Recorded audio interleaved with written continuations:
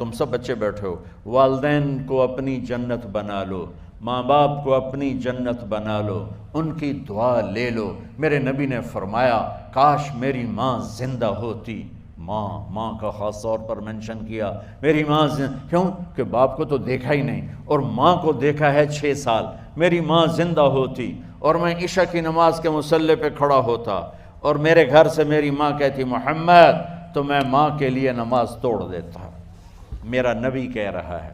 اور جب آپ حج پہ تشریف لے گئے اور ابوا کے میدان سے گزرے جہاں میرے نبی کی والدہ کا انتقال ہوا تھا، اس بات کو 57 سال گزر چکے ہیں۔ 6 برس کی عمر میں مدینہ سے نکلے 3 افراد، میرے نبی کی ماں، میرے نبی کے والد کی باندی ایمن، وہ بھی ماں ہیں، انہوں نے بھی دودھ پلایا تھا میرے نبی کو۔ 2 مائیں ہیں، ایک دودھ پلانے والی، ایک پیدا کرنے والی، اور ایک میرے نبی ہیں۔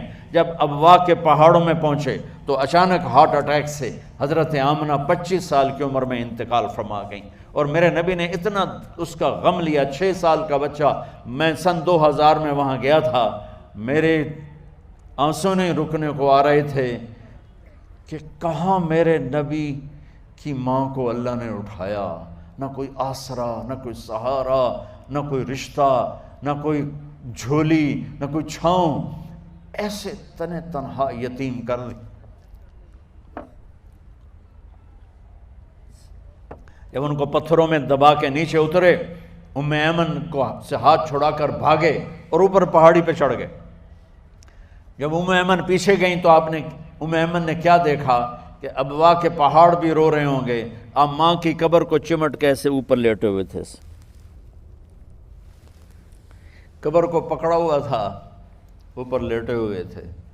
جب ایمن قریب آئیں تو سنا آپ کہہ رہے تھے اماں جی، آپ کو تو پتہ تھا آپ کے سوا میرا کوئی نہ تھا، آپ مجھے چھوڑ کے کہاں چلی گئی، کیوں چلی گئی؟ 6 سال کا بچہ پہلی موت دیکھ رہا ہے تو ان کو سمجھ میں نہیں آ رہا کہ میری ماں کے ساتھ ہوا کیا ہے۔ ایمن نے اٹھانا چاہا، آپ نے اٹھنے سے انکار کر دی۔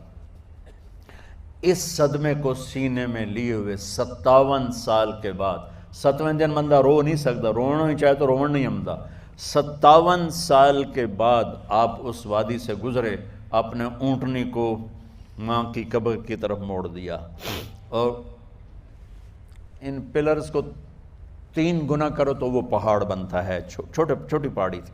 اونٹنی کو نیچے بٹھایا، اوپر پہاڑ پر گئے، اور یہ مجھے دیکھو، یوں آپ نے گھٹنے کھڑے کیے ماں کی قبر کے سرانے، اور یہ ہاتھ یہاں رکھے، اور پھر سر دیا اپنے گھٹنوں میں یوں، پھر رونا شروع کیا۔ اتنا روئے، اپریل کا مہینہ تھا، دھوپ سر پہ پڑ رہی تھی، ہم تو ٹھنڈی دھوپ میں بیٹھے ہیں، شدید دھوپ میں بیٹھے تھے، اور اس کنڈیشن میں یہ بچوں کا سٹائل ہوتا ہے، جب لمبا رونا ہو تو وہ یوں بیٹھتے ہیں سر اندر دے کر۔ اتنا روئے کہ آپ کی داڑھی ساری آنسوں سے بھر گئی، سینہ تر ہو گیا، احرام تر ہو گیا، اور کئی گھنٹے بیٹھ کے روتے رہے۔ 2 جہان کے سردار ہو کر تمنا کر رہے ہیں کاش اماں تو زندہ ہوتی، تو مجھے کہتی محمد میں تیرے لیے نماز توڑ دیتا۔ اور میرے نبی نے، یہ بچیاں غور سے سنو، میرے نبی سے پوچھا گیا یا رسول اللہ قیامت کب آئے گی؟ آپ نے فرمایا یہ تو اللہ کو پتہ ہے۔ میں نے کہا یا رسول اللہ کوئی نشانی بتا دیں، تو آپ نے فرمایا جب بچیاں ماؤں کو ذلیل کریں گی تو قیامت آ جائے۔ جب بیٹیاں ماؤں کے ساتھ بدتمیزی کریں گی اور ماؤں کو ذلیل کریں گی تو قیامت آ جائے گی۔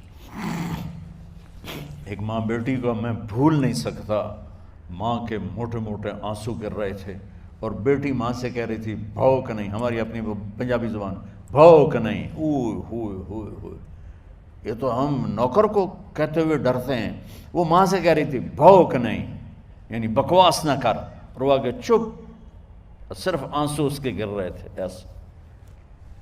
شاید وہ یاد کر رہی تھی کہ 9 مہینے کیسے اس کو میں نے پیٹ میں پالا، جنتے ہوئے کتنی تکلیفوں سے گزری، اور اس کو دودھ پلاتے ہوئے کتنی راتیں میں نے کاٹ کاٹ کے گزاریں، اور اس کے پیشاب دھوتے ہوئے کتنی دفعہ میں سردی میں ٹھٹھری، اور آج جو مجھے کہہ رہی ہے بھوک نہیں۔ اس لیے میرے نبی نے فرمایا جس نے ماں باپ کو دکھ دیا، سنو غور سے بچوں سارے سنو، جس نے ماں باپ کو دکھ دیا اس پہ اللہ کی لعنت، اس پہ فرشتوں کی لعنت، اس پہ زمین آسمان کی لعنت، نہ ان کی نماز قبول ہے، نہ روزہ قبول ہے، نہ صدقہ قبول ہے۔ میرے نبی کی زندگی کا دوسرا روپ حقوق العباد، نماز حقوق اللہ میں آ جاتی ہے، میں حقوق العباد کی تھوڑی سی وضاحت کر رہا ہوں۔ ماں باپ زندہ ہیں تو دعا لے لو۔ والدین سے کہتا ہوں بچوں کو عزت دو، جہاں اولاد ماں باپ کے حقوق ہیں وہاں اولاد کے حقوق ہیں، اولاد کو عزت دو، اولاد کو عزت دو، اولاد کو عزت دو۔ بہت سی اولاد کی نافرمانی کا ذریعہ ماں باپ بن رہے ہیں، سختی کر کے، زبردستی کر کے اور ٹھونس کر چیزیں نوکروں کی طرح سلوک کر کے۔ میرے نبی کے گھر میں جب بیٹی فاطمہ ملنے کے لیے آتی تھیں تو میرے نبی بیٹھے نہیں رہتے تھے، یہ اب چیئر پہ بیٹھے ہوئے بی بی فاطمہ آ گئی، اب زمین پہ بیٹھے ہوئے ہیں بیٹی آ گئی، اب چارپائی پہ لیٹے ہوئے ہیں بیٹی آ گئی۔ میرے نبی کیا کرتے تھے؟ کھڑے ہو جاتے تھے، کھڑے ہو جاتے، ایک دم کھڑے ہو جاتے تھے، اور پھر کھڑے نہیں رہتے تھے، تیزی سے آگے بڑھتے تھے اور حضرت فاطمہ کا ہاتھ پکڑ لیتے تھے۔ یہ والدین غور سے سنو، حضرت فاطمہ کا ہاتھ پکڑ لیتے تھے اور ہاتھ پکڑ کے مجھے دیکھو یوں بوسہ لیتے تھے، بیٹی کا بوسہ لیتے تھے، پھر ہاتھ چھوڑتے نہیں تھے، ہاتھ پکڑے پکڑے لاتے لاتے لاتے ان کو چارپائی پر پہلے بٹھاتے تھے پھر خود بیٹھتے تھے۔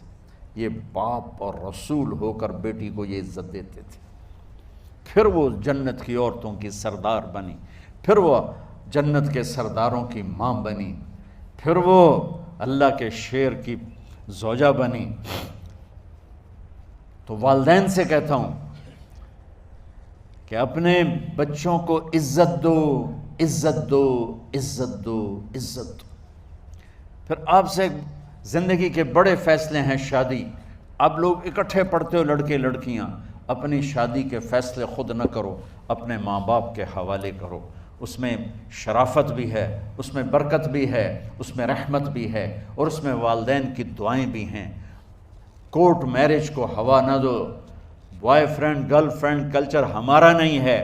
میرے نبی کے طریقے میں مرد اور عورت کا صرف نکاح سے تعلق ہے، اس کے علاوہ سب جہنم کی آگ ہے۔ اور والدین سے کہتا ہوں کہ اپنے بچوں سے پوچھ کے رشتے کرو، زبردستی مت کرو۔ میرا معاشرہ بہت سنگین قسم کے جرم کا شکار ہے، بچوں پہ مسلط کر دیتے ہیں، ایتھے ہی کرنی ہے، ایسے جٹاں چی کرنی ہے، بٹاں چی کرنی، پتہ نہیں آئے کتوں ہیں جٹ بٹ۔ چلو تم ناراض نہ ہو، راجپوتاں چی کرنی، میں راجپوت ہوں، میں اپنی قوم کو بھی رگڑ دیتا ہوں، راجپوتاں چی کرنی، اگاں کرنی ہی کوئی نہیں۔ یہ ظلم و ستم اولاد پہ مت کرو، اپنی بچی سے پوچھو، اگر بیٹی ہاں کرے تو پھر قدم اٹھاؤ، اگر بیٹی کہہ دے میں نہیں کرنا چاہتی تو وہ نافرمان نہیں ہے۔ اللہ کے واسطے میری سنو، صرف تم نہیں سن رہے، اس کیمرے سے لاکھوں کروڑوں لوگ سن رہے ہیں۔ اگر بیٹا یوں کہہ دے کہ ابا میں نے یہاں شادی نہیں کرنی، میرا جی نہیں چاہتا ہے، تو وہ بیٹا نافرمان نہیں ہے، فرما بردار ہے، اس نے شریعت کا حق استعمال کیا ہے۔ اب ایسا ظلم مت کرو کہ نہیں اتھے ہی کرنی ہے، اتھے گھروں نکل جا۔ زندگی تم نے تو نہیں گزارنی، زندگی تو بچے نے گزارنی، میں قربان جاؤں۔ ایک حدیث سنو پہلے، پھر اگلی بات سناتا ہوں۔ ما تزوجت وما زوجت الا بوحی من السماء نزل به جبریل۔ لوگو سنو، میں نے جہاں شادی کی، میں نے جہاں بیٹی کی شادی کی، پہلے آسمان سے جبریل فرشتہ اللہ کا حکم لے کر آیا، پھر میں نے قدم اٹھایا۔ سمجھ گئے میری یہ بات؟ سمجھ گئے سارے؟ اب اگلی سنو۔ حضرت علی فاطمہ کا رشتہ لینے آ گئے اور جبریل ان سے پہلے آ گئے کہ یا رسول اللہ فاطمہ علی کے لیے ہے۔ باپ محمد مصطفیٰ جیسا ہے، رشتہ مانگنے والا علی جیسا ہے، اور بیٹی فاطمہ جیسی ہے۔ اور آپ پوچھتے ہیں علی کیسے آئے؟ وہ شرم کی وجہ سے کچھ کہہ نہ سکے، چپ۔ آپ کو تو پتہ تھا، آپ نے فرمایا فاطمہ کے رشتے کے لیے آئے ہو؟ کہا جی۔ تو جبریل تنال بیٹھا ہوا ہے کہ یا رسول اللہ اتھے ہی کرنا ہے، آپ نے ہاں نہیں کی، آپ نے کہا انشاءاللہ، اور یہ کہہ کر اٹھ گئے۔ انشاءاللہ نبی کا ہاں ہی ہوتا ہے، لیکن جبریل کے آنے کے باوجود اور اللہ کے کہنے کے باوجود میرے نبی کو بھی پتہ ہے کہ یہ رشتہ یہاں کاتب تقدیر نے لکھ دیا ہے، لیکن امت کو سبق سکھانے کے لیے آپ گھر تشریف لے گئے۔ بیٹی فاطمہ کہ جی یا رسول اللہ، کہا علی کا رشتہ آیا ہے، میں ہاں کر دوں؟ سبحان اللہ۔ میں اپنے دیہاتی بچیوں پہ مجھے رونا آ گیا کہ جنہیں پتہ ہی نہیں ہوتا سانو کہیں دے نال بندے پہ جانور ہے یا انسان ہے۔ علی جیسا داماد، چلو علی کو چھوڑو، فاطمہ کو چھوڑو، جبریل آیا بیٹھا ہے، جبریل آیا بیٹھا ہے۔ اس کے بعد فاطمہ سے پوچھنے کی کیا بات ہے؟ جبریل آ کر کہہ رہا یا رسول اللہ، اللہ کہہ رہا ہے فاطمہ علی کے لیے ہے اور علی فاطمہ کے لیے ہے، اور پھر آپ کہتے ہیں بیٹی فاطمہ ہاں کر دو۔ ہماری تو آج کی بیٹیاں انکار نہیں کرتی، چپ کر کے گاں ماج طرح بن چھڑ دین قلعے نال۔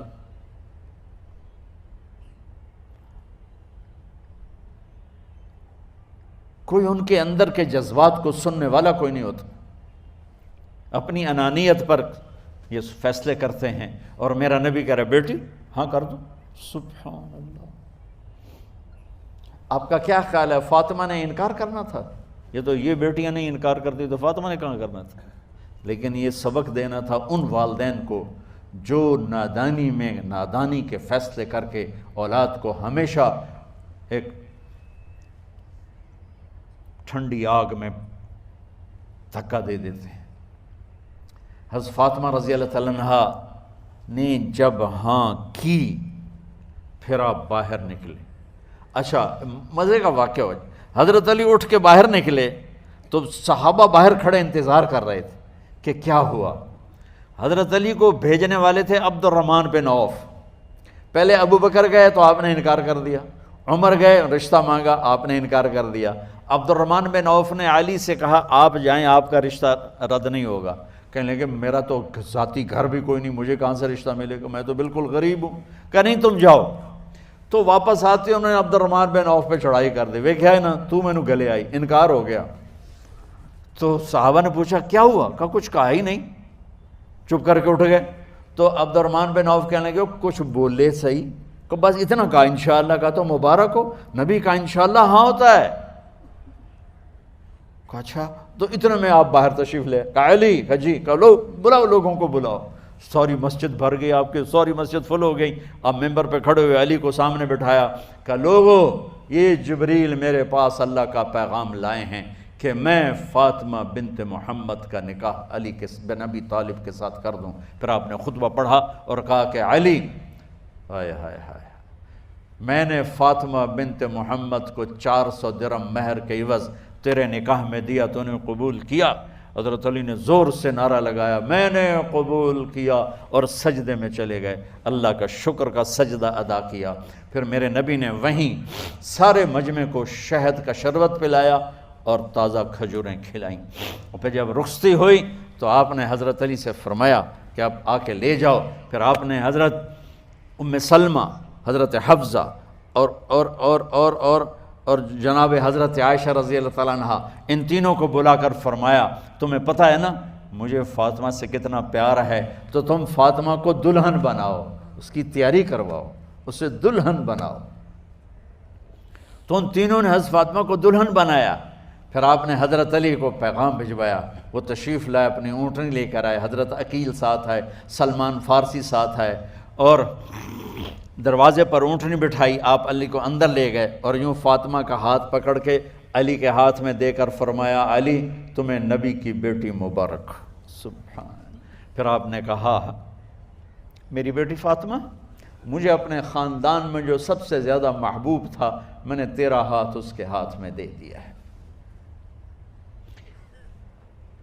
والدین سے کہتا ہوں اپنے نبی کی زندگی پڑھو۔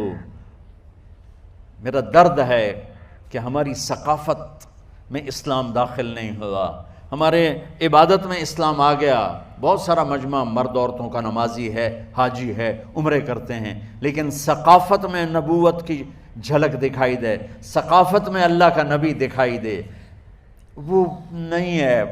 زندگی بیت گئی اس انتظار میں، مدت سے لگ رہی تھی لب بام ٹک ٹکی، تھک تھک کے گر گئی نگہ انتظار آج، پتہ نہیں کب صبح ہوگی۔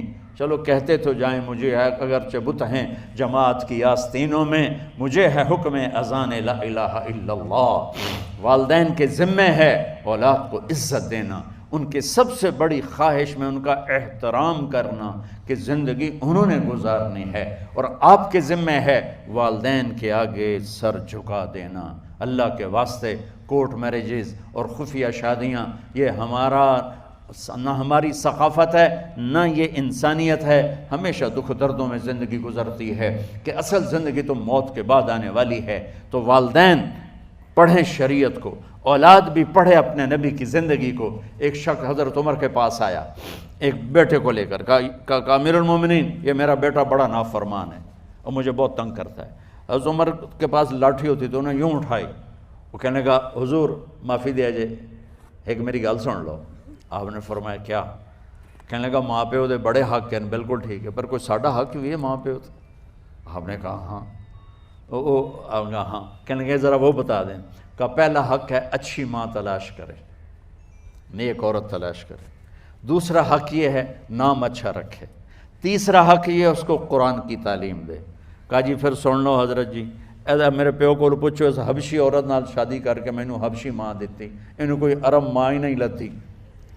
میرا پہلا حق اس مارے ہے۔ دوسرا سن لو، اس نے میرا نام جولان رکھا ہے، جولان گندگی کے کیڑے کو کہتے کہ اس نے میرا نام جولان رکھا ہے۔ اور تری سن لو، اس آج تے مینوں قرآن دی شکل نہیں وکھائی۔ حضرت عمر ہوئی سوٹا وہ دے سر تے پھیر دے کہ پہلے تیری مالش کراں پھر ایدی کر سکتا۔ تو آج کے والدین بھی اپنی اولاد کے بارے میں بہت بہت بہت غافل ہیں، اور اولاد کا بھی حال یہی ہے، چونکہ ماں کیا ہے باپ کیا ہے اولاد کیا ہے، یہ شریعت، یہ قرآن بتاتا ہے، یہ میرے نبی کی زندگی بتاتی ہے۔